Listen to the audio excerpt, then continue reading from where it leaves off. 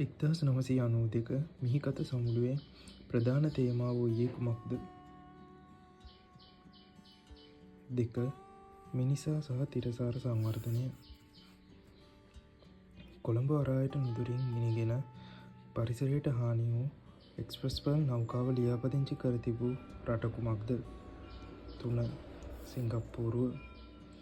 2022 ලෝක සතුටු වාර්තා වනුව වර්ල්ඩ් හැපිනස් රිපෝට් අනුව ලොව සතුටින්ම සිටින ජනතාව වාසය කරන රට කුමක්ද? 4. පින්ලන්තය. 2019 ලෝක සෞඛ්‍ය සංවිධාන වාර්තාවලට අනුව ආසියාවේ දකුණු ආසියාවේ අඩුම ගැබිනි මරණ අනුපාතය පැවති රට කුමක්ද? ශ්‍රී ලංකාව. 2016 තොරතුරු දැනගැනීමේ අයිතිය පිළිබඳ පනත අනුව පුරවැසියෙකු ඉල්ලා සිටින තොරතුරක් සැපිය යුත්තේ වැඩ කරන දින කීයක් ඇතුළතද? දින 14ක්. COVID-19 වෛරසය වැඩ පැවැත්වීම සඳහා ලෝකයේ වැඩිම රටවල් ගණනක් නිර්දේශ කරන ලද එන්නත කුමක්ද? ෆයිසර්.